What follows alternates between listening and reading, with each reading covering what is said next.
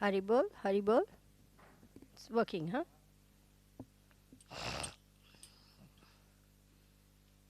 So good morning everyone. Dobro jutro.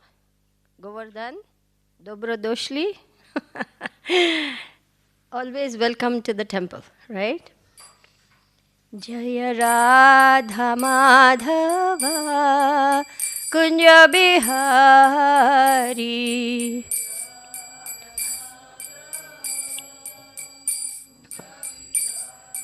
Jaya Radha Madhava Kunja Bihari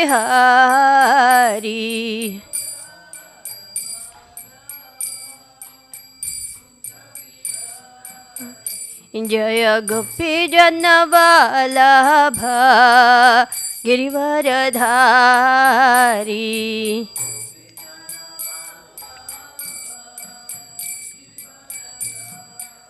Jaya Gopi Jana Vallabha Girivaradhari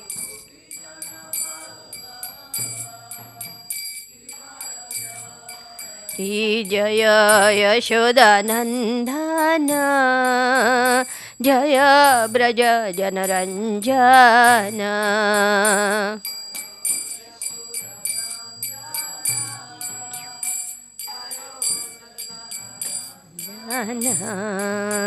Jaya Yashoda Nandana Jaya Braja Janaranjana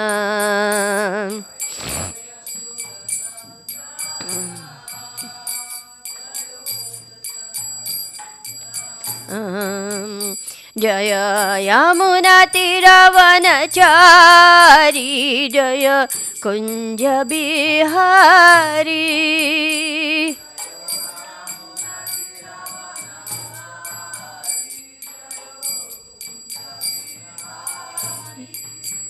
Jaya Yamuna Tiravanachari Jaya Kunja Bihari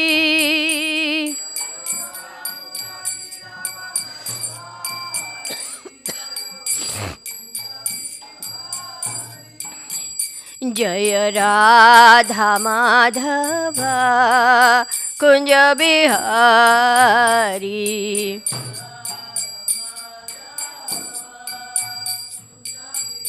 Hari Hare Krišna Hare Krišna Krishna Krishna Hare Hare Hare Rama Hare Rama Rama Rama Hare Hare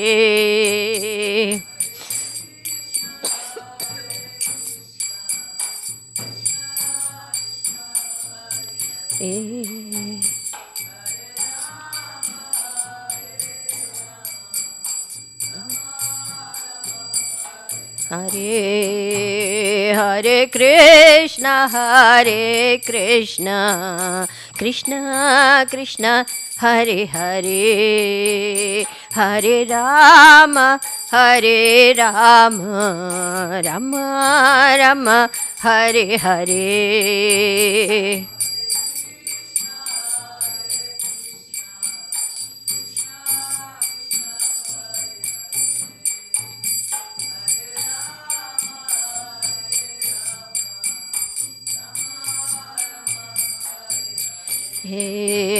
Hare Krišna Hare Krišna Krishna Krishna Hare Hare Hare Rama Hare Rama Rama Rama Hare Hare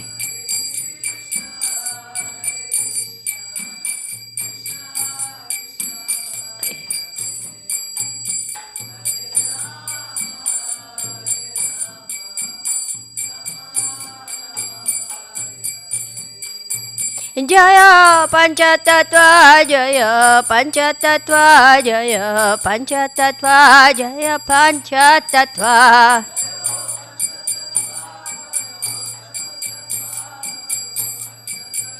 Jaya Panchatattva Jaya Gauranitai Jaya Gauranitai Jaya Gauranitai Jaya Gauranitai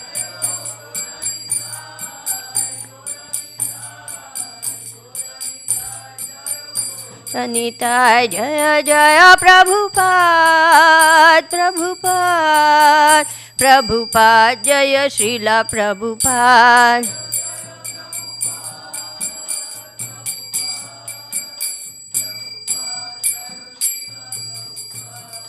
Jai Srila Prabhupada.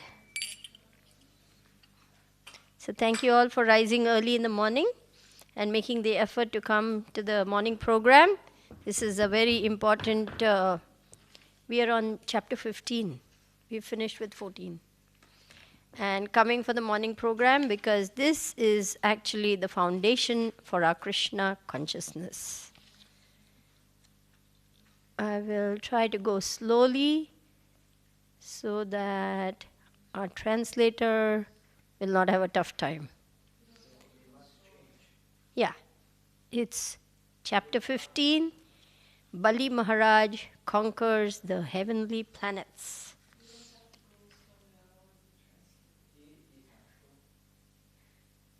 Okay.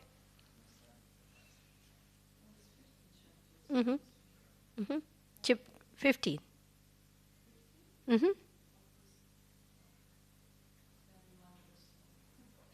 We have finished with 14. Yesterday, Mukund Madhava Prabhu finished all the way.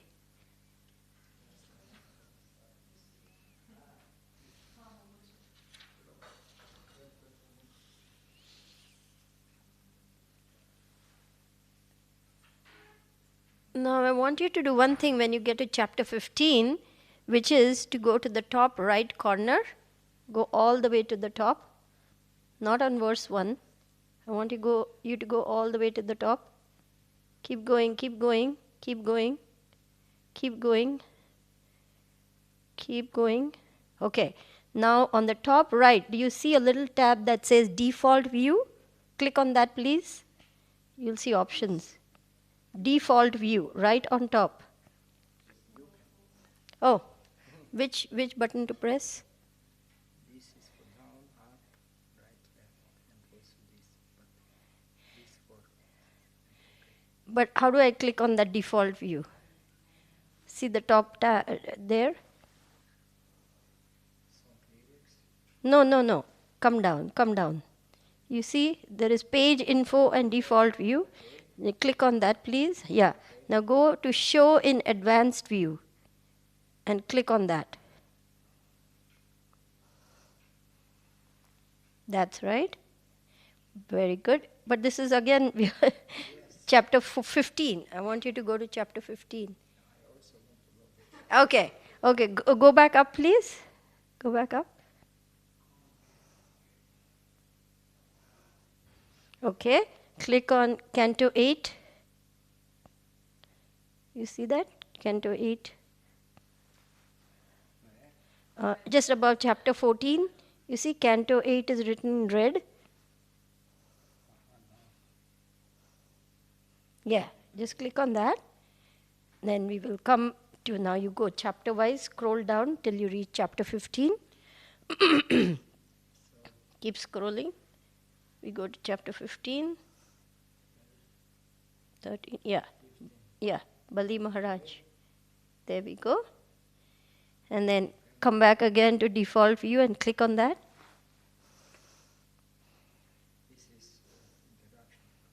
No, I want you to do one thing before we do anything else. Go back up, please.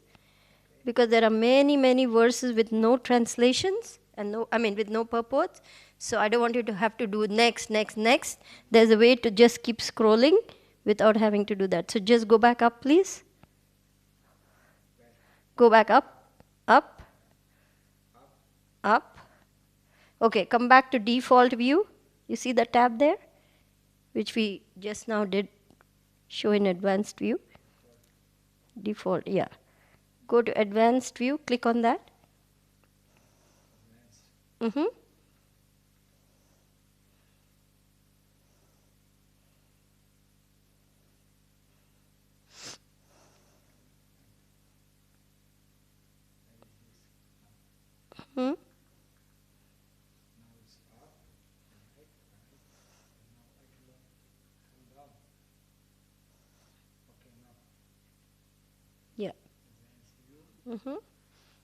Now, all you have to do is keep scrolling every time.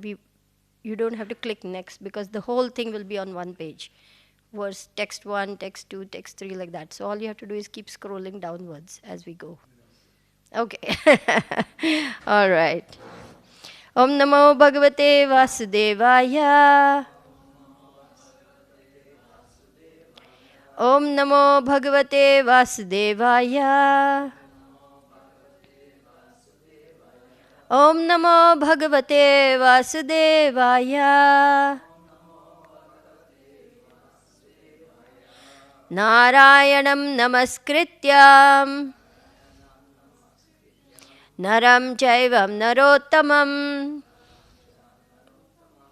Daivim Saraswatim Vyasam Tato Jayam Udirayet Nashta Prayeshva Abhadreshu Nityam Bhagavata Sevaya Bhagavati Uttama Shloke Bhaktir Bhavati Naishtiki. So we are continuing our reading. We are on chapter 15 of the 8th canto, which is entitled Bali Maharaj Conquers the Heavenly Planets. Thank you, Prabhu.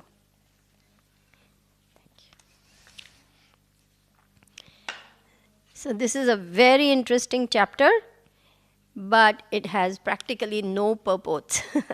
Just translation after translation for many, many verses. Anyway, we'll see.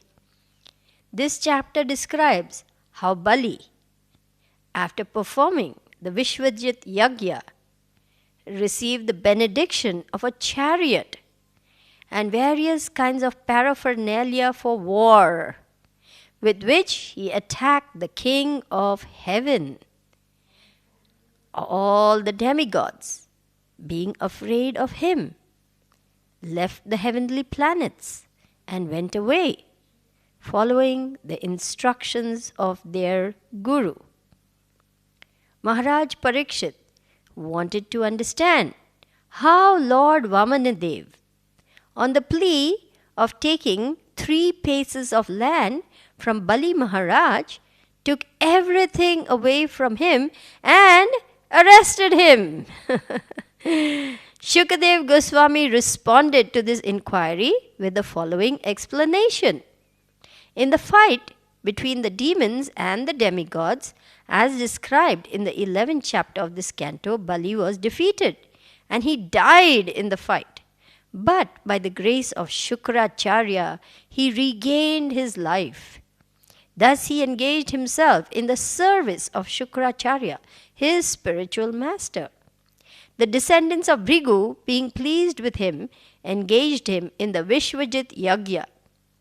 When this Yagya was performed, from the fire of the Yagya came a chariot, horses, a flag, a bow, armor, and 2 quivers of arrows. Maharaj Prahlad, Bali Maharaj's grandfather, gave Bali an eternal garland of flowers, and Shukracharya gave him a conch shell. Bali Maharaj, after offering obeisances to Prahlad, the Brahmanas, and his spiritual master Shukracharya, equipped himself to fight with Indra and went to Indrapuri with his soldiers. But blowing his conch shell, he attacked the outskirts of Indra's kingdom. When Indra saw Bali Maharaj's prowess, he went to his own spiritual master, Brihaspati, told him about Bali's strength, and inquired about his duty. Brihaspati informed the demigods that because Bali had been endowed with extraordinary power by the Brahmanas, the demigods could not fight with him. Their only hope was to gain the favor of the Supreme Personality of Godhead. Indeed, there was no alternative. Under the circumstances, Brihaspati advised the demigods to leave the heavenly planets and keep themselves somewhere invisible. The demigods followed his orders, and Bali Maharaj, along with his associates, gained the entire kingdom of Indra. How you like that? The descendants of Bhrigu Muni, being very affectionate to their disciple Bali Maharaj, engaged him in performing 100, not one, 100 Ashwamedha Yagyas. In this way, Bali enjoyed the opulences of the heavenly planets. Text 1. Shri Raja Uvacha Vale Padatrayam Bhume Kasmad Dharir Ayachata Bhuteshwara Kripanaval Labdhartopi Babhandatam. Please repeat. Shri Raja Uvacha. Oh, that's not the way we do it. Okay. Shri Raja Uvacha Bale Padatrayam Bhume Kasmad Dharir Ayachata Bhuteshwara Kripanaval Labdhartopi Babandhatam. Please repeat. Huh? The first verse. You want me to read the second one also? Okay.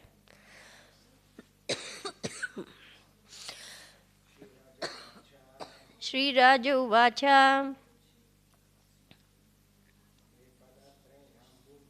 Bale Padam Trayam Bhume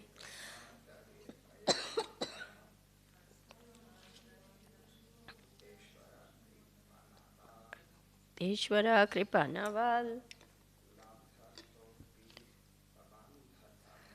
Labdhartopi Babandhatam. Anyone else? Ladies? Brave souls?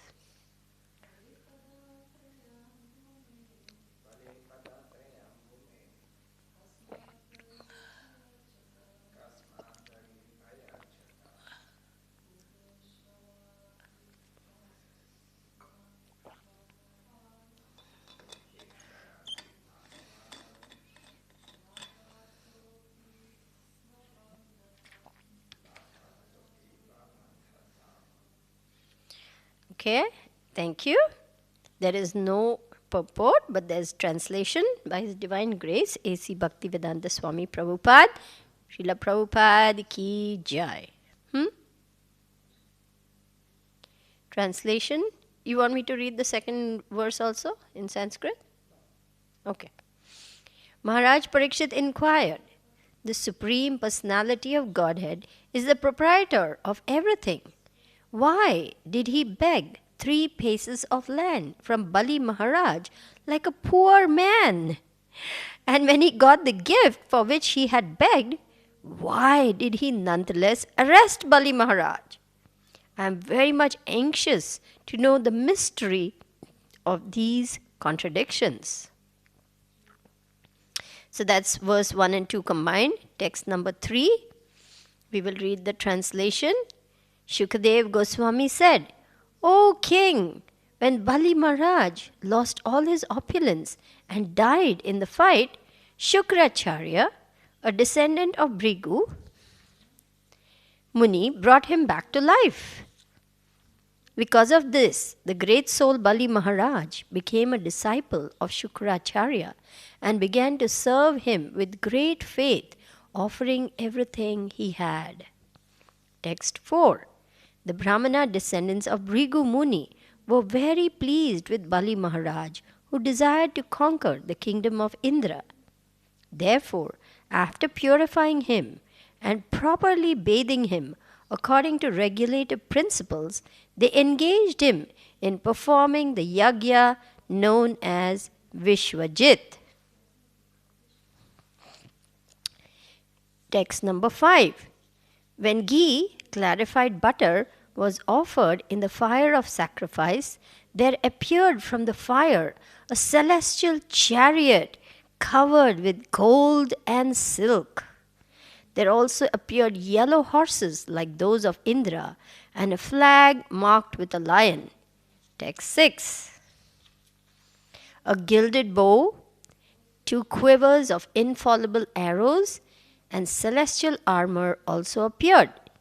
Bali Maharaj's grandfather, Prahlad Maharaj, offered Bali a garland of flowers that would never fade, and Shukracharya gave him a conch shell. Text 7. When Maharaj Bali had thus performed the special ritualistic ceremony advised by the Brahmanas and had received by their grace the equipment for fighting, he circumambulated the Brahmanas and offered them obeisances. He also saluted Prahlad Maharaj and offered obeisances to him. Text 8 and 9. Then, after getting on the chariot given by Shukracharya, Bali Maharaj, decorated with a nice garland, put protective armor on his body, equipped himself with a bow, and took up a sword and a quiver of arrows. When he sat down on the seat of the chariot, his arms decorated with golden bangles and his ears with sapphire earrings, he shone like a worshipable fire. Text 10 and 11. When he assembled with his own soldiers and the demon chiefs, who were equal to him in strength, opulence, and beauty, they appeared as if they would swallow the sky and burn all directions with their vision. After thus gathering the demoniac soldiers, Bali Maharaj departed for the opulent capital of Indra. Indeed, he seemed to make the entire surface of the world tremble. Text 12. Now we are coming to a beautiful description of the kingdom of Lord Indra. Or not Lord, well, he is in one sense, King Indra, the chief of the demigods. King Indra's city was full of pleasing orchards and gardens, such as the Nandana garden. Because of the weight of the flowers, leaves, and fruit, the branches of the eternally existing trees were bending down. The gardens were visited by pairs of chirping birds and singing bees. The entire atmosphere was celestial. Text 13. Beautiful women protected by the demigods sported in the gardens which had lotus ponds full of swans, cranes, chakravakas, and ducks. Text 14. The city was surrounded by trenches full of Ganges water, known as Akash Ganga, and by a high wall which was the color of fire. Can you imagine that? Upon this wall were parapets for fighting. Text 15. The doors were made of solid gold plates, and the gates were of excellent marble. These were linked by various public roads. The entire city had been constructed by Vishwakarma. Text 16. The city was full of courtyards, wide roads, assembly houses, and not less than 100 million airplanes. Even the biggest fleet of airplanes in this world may have probably 300 or 500 airplanes, not more. But here, the city has 100 million airplanes. So it was not a big deal for them. The crossroads were made of pearl, and there were sitting places made of diamond and coral. Text 17. Everlastingly beautiful and youthful women who were dressed with clean garments glittered in the city like fires with flames. They all possessed the quality of Shama. Purport. Srila Vishwanath Chakravarti Thakur gives a hint of the quality of the Shama woman. Shita kale bhaved ushna, ushma kale shushitalaha, stanau sukhati nau yasam, ta shyama parikirtitaha.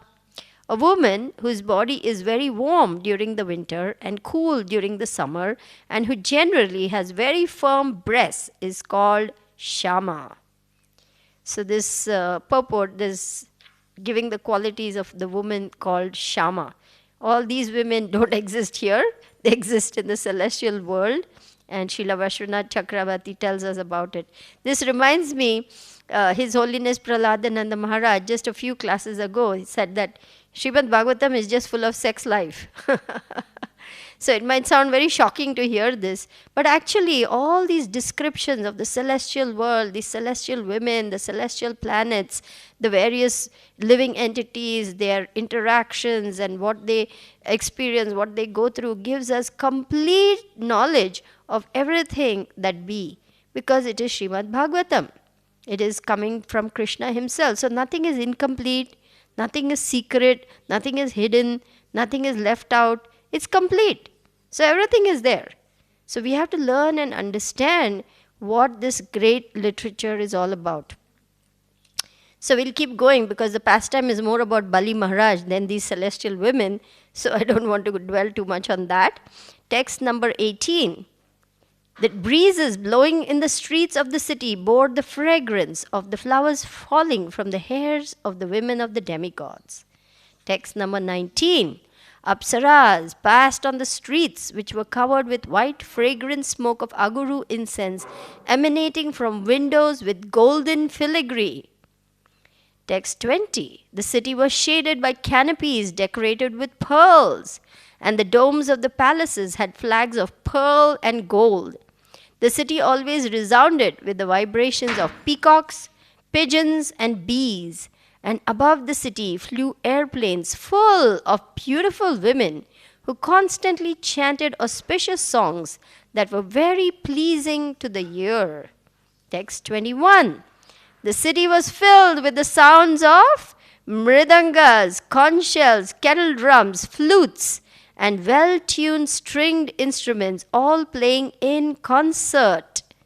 There was constant dancing, and the Gandharvas sang. The combined beauty of Indrapuri defeated beauty personified. Text 22. No one who was sinful, envious, violent towards other living entities, cunning, falsely proud, lusty or greedy could enter that city. The people who lived there were all devoid of these faults. Text 23. Bali Maharaj, who was the commander of numberless soldiers, gathered his soldiers outside this abode of Indra and attacked it from all directions. He sounded the conch shell given him by his spiritual master Shukracharya, thus creating a fearful situation for the women protected by Indra. Text 24. Seeing Bali Maharaj's indefatigable endeavor and understanding his motive, King Indra, along with the other demigods, approached his spiritual master Brihaspati and spoke as follows. Now, this is very interesting, so listen up. Text 25. My lord, our old enemy, Bali Maharaj, now has new enthusiasm, and he has obtained such astonishing power that we think that perhaps we cannot resist his prowess. Text 26. No one anywhere can counteract this military arrangement of Bali's. It now appears that Bali is trying to drink up the entire universe with his mouth, lick up the 10 directions with his tongue, and raise fire in every direction with his eyes. Indeed, he has arisen like the annihilating fire known as Samvartaka. Text 27. Kindly inform me, what is the cause for Bali Maharaj's strength, endeavor, influence, and victory? How has he become so enthusiastic? Text 28. Brihaspati, the spiritual master of the demigods, said, O Indra, I know the cause for your enemies becoming so powerful. The Brahmana descendants of Bhrigu Muni, being pleased by Bali Maharaj, their disciple, endowed him with such extraordinary power. Purport.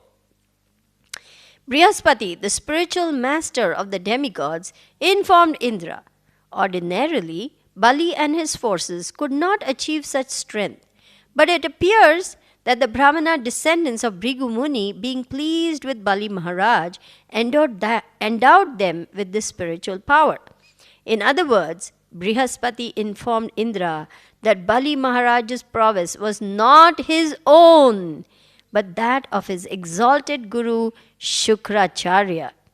We sing in our daily prayers, Yasya prasadat bhagavat prasado yasya prasada nagati kutopi. By the pleasure of the spiritual master, one can get extraordinary power, especially in spiritual advancement. The blessings of the spiritual master are more powerful than one's personal endeavor for such advancement. Narottam Das Thakur therefore says, Guru Mukha Padma Vakya Chitete Koriya Aikya Arana Koriho Mane Asha. Especially for spiritual advancement, one should carry out the bona fide order of the spiritual master. By the parampara system, one can thus be endowed with the original spiritual power coming from the Supreme Personality of Godhead. Evam parampara praptam imam rajarshayo viduhu. Om Ajnanatimirandhasya Jnananjana Shalakaya Chakshur Unmilitam Yena Tasmai Shri Guruve Namaha. Shri Chaitanya Manobhishtam Sthapitam Yena Bhutale Swayam Rupa Kadamayam Dadati Swapadantikam. Jai Shri Krishna Chaitanya Prabhu Nityananda Shri Advaita Gadadhara Shivasadi Gaura Bhakta Vrinda. Hare Krishna Krishna Krishna Hare Hare Hare Rama Rama Rama Hare Hare. So I offer my humble obeisances to all the assembled Vaishnavas and Vaishnavis. I humbly beg for your blessings, especially those of my senior devotees, humbly requesting you all to please bless me that I may be able to do this service of giving this class as ordered by my spiritual master. So thank you all for listening patiently through many, many translations. We have a very wonderful purport here, wherein Indra is astonished at the power of Bali Maharaj. He's saying, how is this person, a demon, he has become so powerful that he has the gall to attack us? Now remember, Indra is very powerful. He's the chief of the demigods. He can send clouds that can cause the rain of devastation. Samvartaka. His thunderbolt weapon is invincible. So this is a very powerful demigod. But Bali Maharaj has now got so much strength that he has come to attack Indra. So he's asking, how is this possible? So he goes running to his spiritual master, Brihaspati. And he asks Brihaspati, what is going on here? How is this person, Bali Maharaj, become so powerful that he has come to attack Indrapuri? So Brihaspati, his spiritual master, then tells him, you know what Bali Maharaj has done? He has pleased his spiritual master, Shukracharya, and all the descendants of that saint, Bhrigu Muni, and his descendants are very pleased with Bali Maharaj. So it seems like Bhrigu Muni is connected with Shukracharya because they all have blessed Bali Maharaj and given him tremendous spiritual power. They have even performed the sacrifice, and out of that fire comes chariot, horses, flags, quivers of arrows, bows, and then he's blessed with Prahlad Maharaj, his grandfather, who blesses him with an eternally vibrant garland of flowers. Shukracharya gives him a sacred conch shell. So now Bali Maharaj is very, very, very powerful.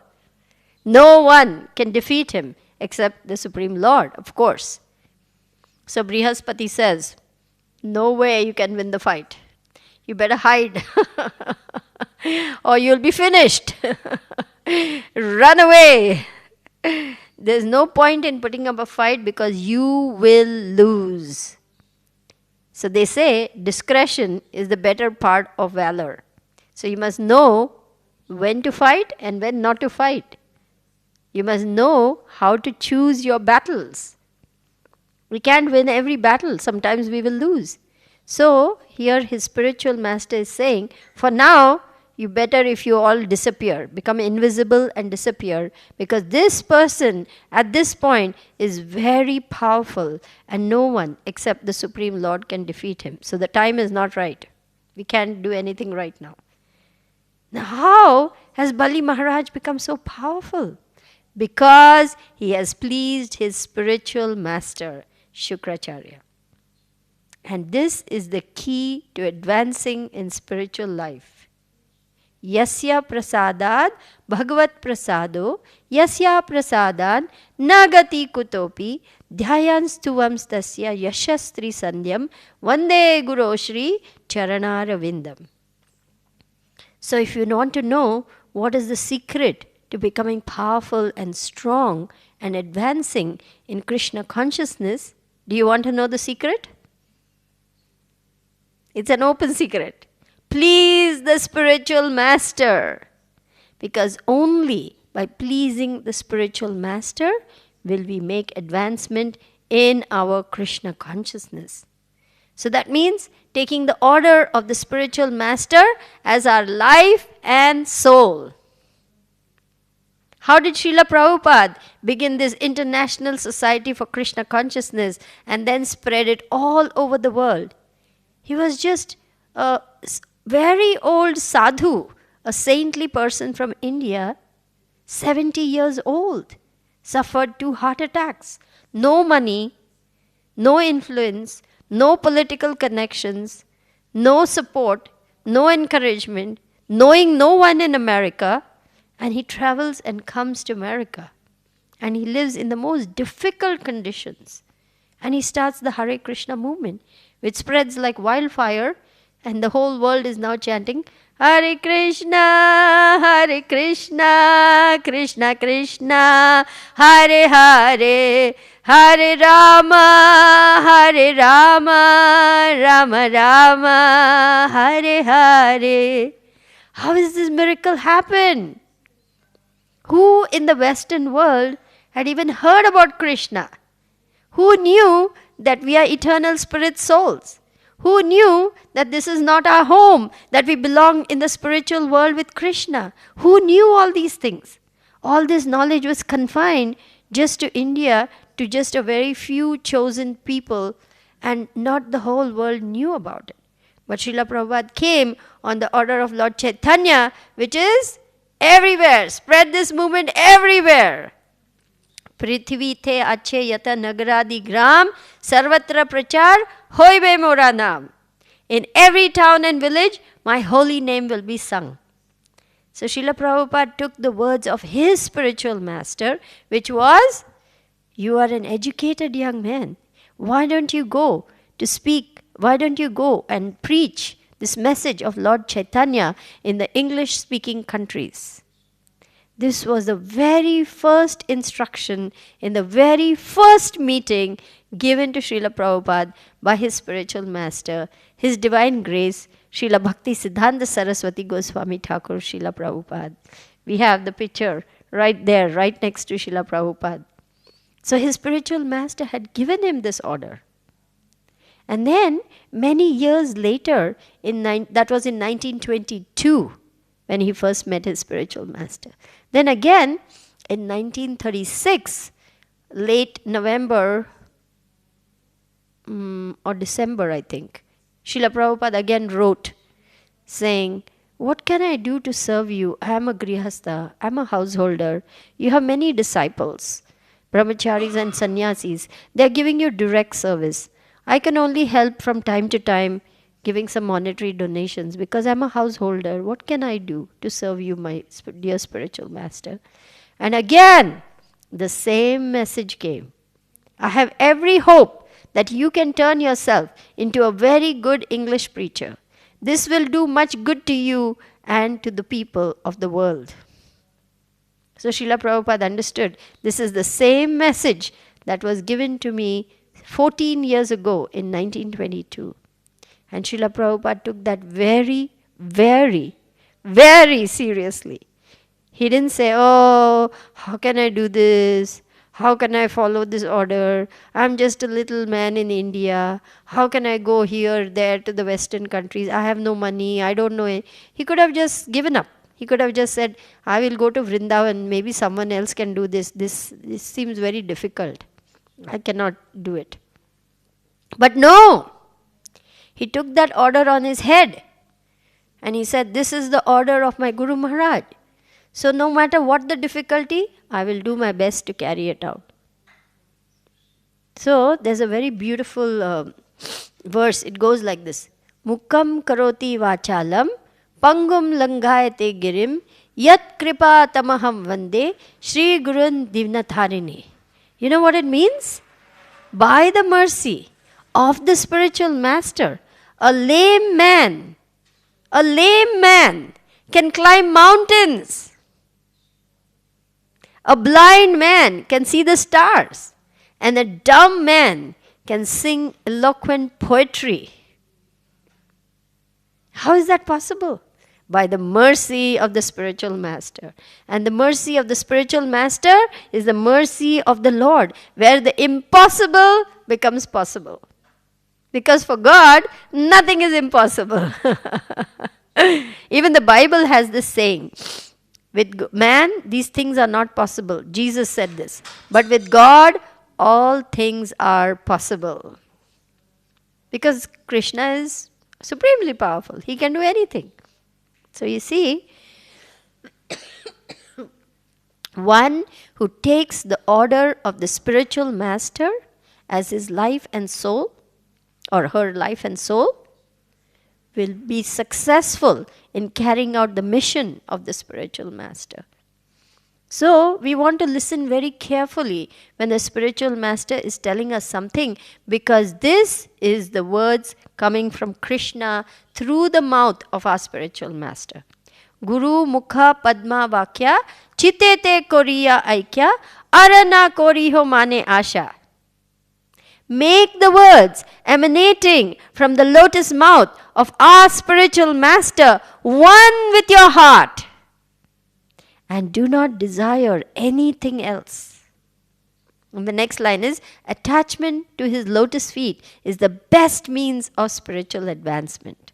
His mercy fulfills all desires for spiritual perfection. So this is the key. We must understand the power of the spiritual master is the power of Krishna. And when we tune into that power, when we make our hearts one with the order of the spiritual master, we will also become empowered to carry out that order.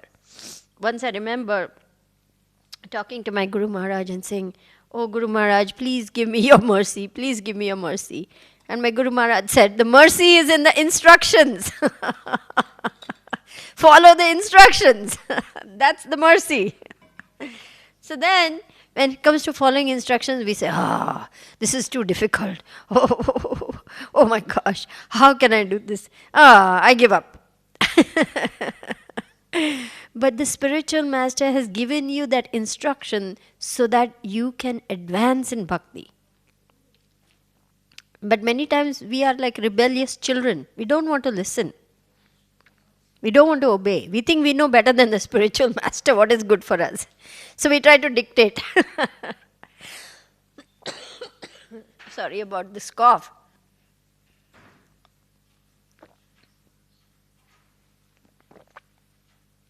I remember I was in Mayapur and a very senior Mataji was being consulted about a marriage proposal. She was sitting with the guru of this young girl. The young couple were there in front of him. And the young girl was trying to convince her spiritual master that it was a good idea for her to marry this young man. So the spiritual master was listening to their, how their relationship evolved and all the twists and turns and all the difficulties and everything. And in the end, the spiritual master turned to Mother Yashomati. She was Mother Yashomati, and she said, "What do you think?" So Mother Yashomati expressed some reservations. She did not think, it was sustainable for this young couple to be together. So she expressed that. And then she turned to Maharaj and said, "Maharaj, what do you think?" So Maharaj, with his divine vision, he can see everything. And he said, I think they should never see each other again. Because he could see, it's not going to work. The young lady listened to this, and then she got up and she walked out. And then after some time, she told Mother Yashomati, oh, my spiritual master is such a jokester. He's telling me not to see him again. It's a joke, isn't it? So, when you try to make the spiritual master like a mundane person and dismiss his words as, oh, it's just a joke, it's not, I don't have to take it seriously, you're actually digging your own grave, practically speaking, because you're messing up the one thing that is going to save you. This is our foolishness. This is our stupidity, because we do not take the words of the spiritual master seriously. This actually retards, hampers, or even spoils our progress in bhakti-yoga. So, we want to be very careful and understand the position of the spiritual master. He can empower you tremendously, provided you're willing to be faithful and chaste to the process of bhakti-yoga, which means following the process nicely. Then, we will become more and more empowered, enthused, enlivened, encouraged, and become an instrument for Krishna's mercy. How did this great Chaitanya Charitamrita come to be written? Do you know? Krishnadas Kaviraj Goswami was over 90 years old. He was nearly blind. He could not see. His hands were trembling. He could not even hold the pen. And he writes this, he says this. But somehow, by the mercy of the spiritual master, I am writing this Chaitanya Charitamrita. And here we have Chaitanya Charitamrita, so sweet, pastimes of Lord Chaitanya. So, never ever think, I'm too young, I'm too old, I'm too thin, I'm too short, I'm too stupid, You are nothing except a child of God, and by His mercy, you can do great things. Nothing is impossible for Krishna. But for that, you must be willing to follow the order of the spiritual master. How? Humble, submission. Tad vidhi pranipatena pariprashnena sevaya upadekshanti te jnanam jnaninas tattvadarshinaha. Just try to learn the truth by approaching a spiritual master. Inquire from him submissively and render service unto him. The self-realized souls can impart knowledge unto you because they have seen the truth.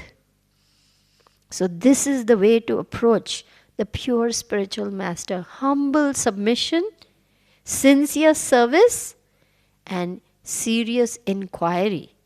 You don't ask spiritual master, shall I buy a car? Shall I do this?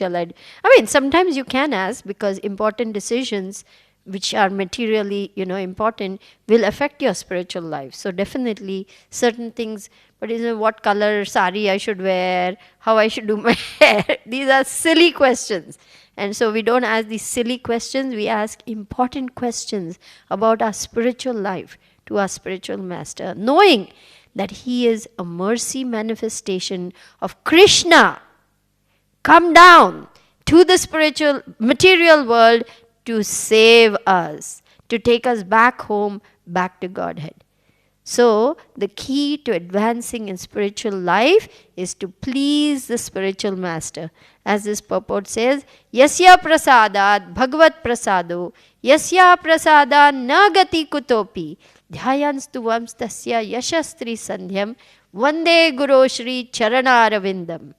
3 times a day, I bow down to the lotus feet of my spiritual master. I offer my humble obeisances, and I know only by pleasing my spiritual master will I make advancement. And if I do not please my spiritual master, there is no way Krishna will be pleased with me.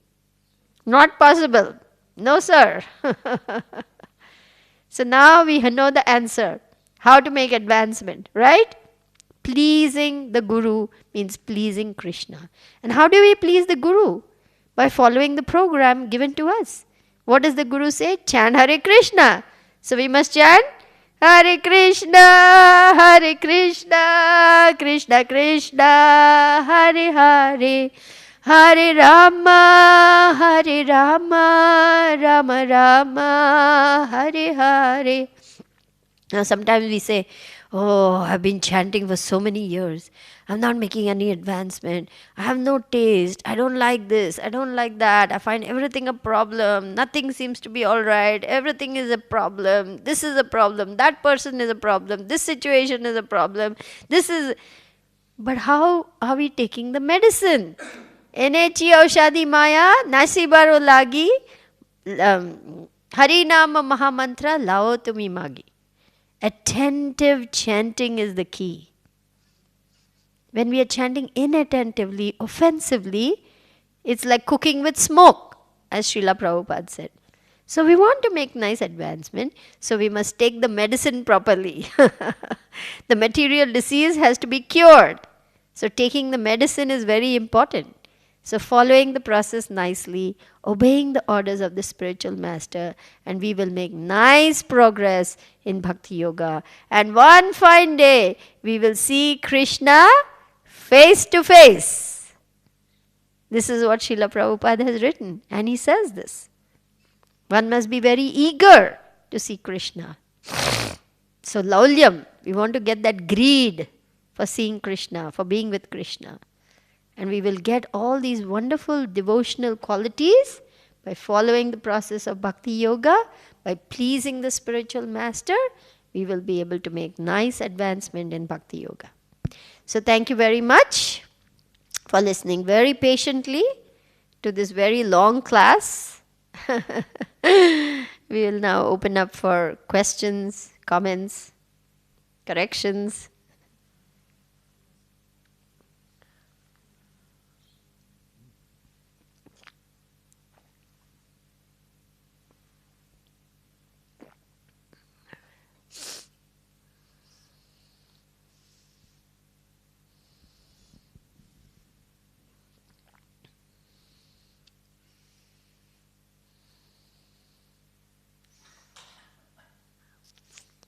Questions, anyone? Usually Janava has some good questions.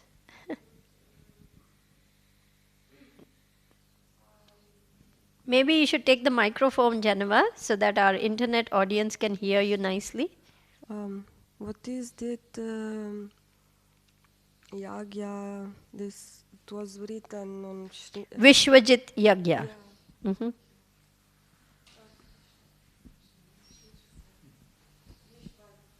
Vishwajit. Vishwajit. Mm-hmm. Yes, at least it describes it. I don't know, I'm not such an expert, but the description is that it was a fire yagya, and out of that came all these wonderful sacred paraphernalia. Vishwa means world, Jit means conquer. So Vishwajit means something so powerful that you can conquer the world. Vishwajit. Anything else? Any other questions, comments? Everybody is clear, huh?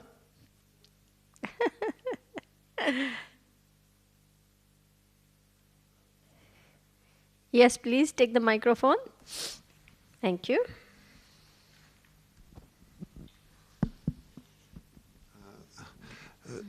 Usually it's said that that it's greater mercy that we lose some material opulences. But here, and the whole lecture, the emphasis was on material gain by serving the spiritual master. Mm-hmm. So if when when Krishna decides for one option and when he decides for the opposite, why mercy sometimes comes like this and as a law in the form of loss and sometimes in form of material gain. Mm-hmm. Mm-hmm. I mean, and what is better?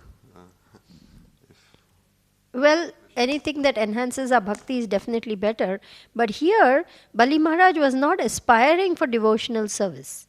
He was a king, he was a conqueror, and he wanted to conquer more and more and more. And by pleasing his spiritual master, he got those powers. And remember, Shukracharya, as we have seen, was not in the disciplic succession, because he was then teaching his disciple to gain more and more power. In fact, when the Lord came as Vaman and Dev, he said, no, don't give him anything. He'll take away everything. Remember that? So further down the line, we will see how Bali Maharaj is convinced that this is not the way. So he refuses to obey the orders of the spiritual master and saying, if this is the Supreme Lord, I want to satisfy him. That he was in a disciplic succession, otherwise he couldn't bestow such blessings on Bali Maharaj. Not so. There are very many powerful spiritual masters who are not into bhakti-yoga, but they can still grant a lot of spiritual and material opulences to their disciples. Shukracharya was not teaching him devotional service to the Lord. And that is why Bali Maharaj later on rejected him. And there are other, disciplines in which you can acquire great mystic powers. Shukracharya brought him back to life. He had great powers. So, but that still doesn't mean that you have devotional service. And then later on, after all, Vamanandev comes and says, give me 3 paces of land. And then Bali Maharaj deliberates and says, if this is the Supreme Lord and he's asking and he's going to take away, still I surrender. This is a very great act of surrender on the part of such a powerful king who had so much opulence. So there are many instances where people had great spiritual powers, but they were not devotees. Vishwamitra Muni, he was very powerful, but he was performing austerities and penances and so on. So Durvas Muni, very, very powerful sage, you see, like that. Not devotee, because Ambarish Maharaj was the devotee and Durvas got angry with him and offended him.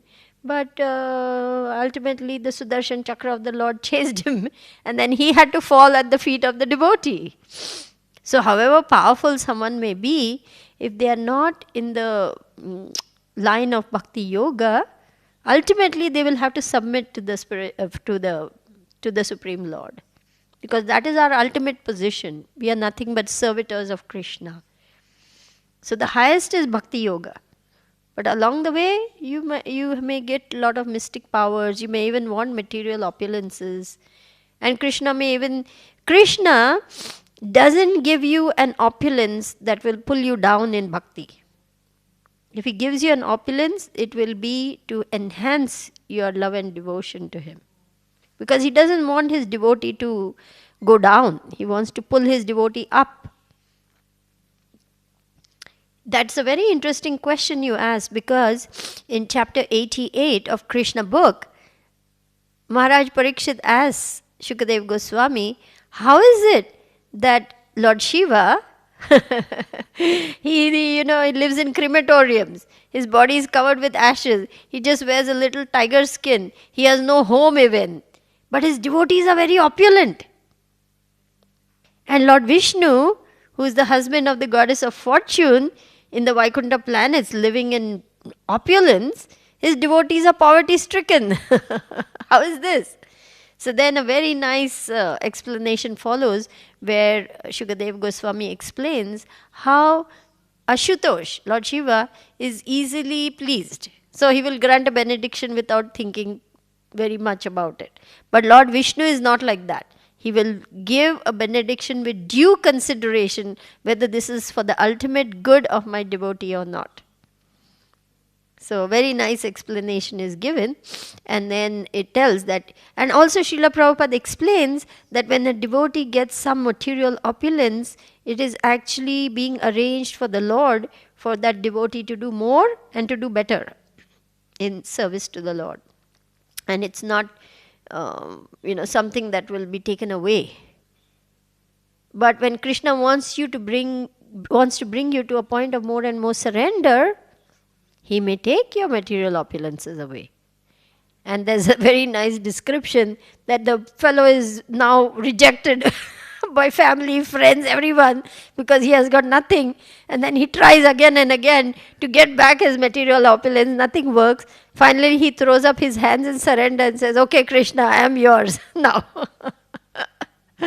So, Krishna may take away material opulence. He may also grant a material opulence. But in either case, the devotee will make advancement. You see? Krishna will not do something to pull you down. He will always protect your spiritual life. He may take away some material things, but your spiritual life, he always protects. Is that clear? Okay, thank you. Any other questions, comments?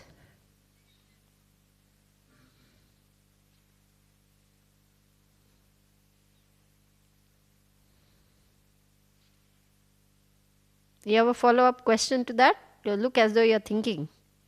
Okay. All right. Thank you all very much. Hare Krishna.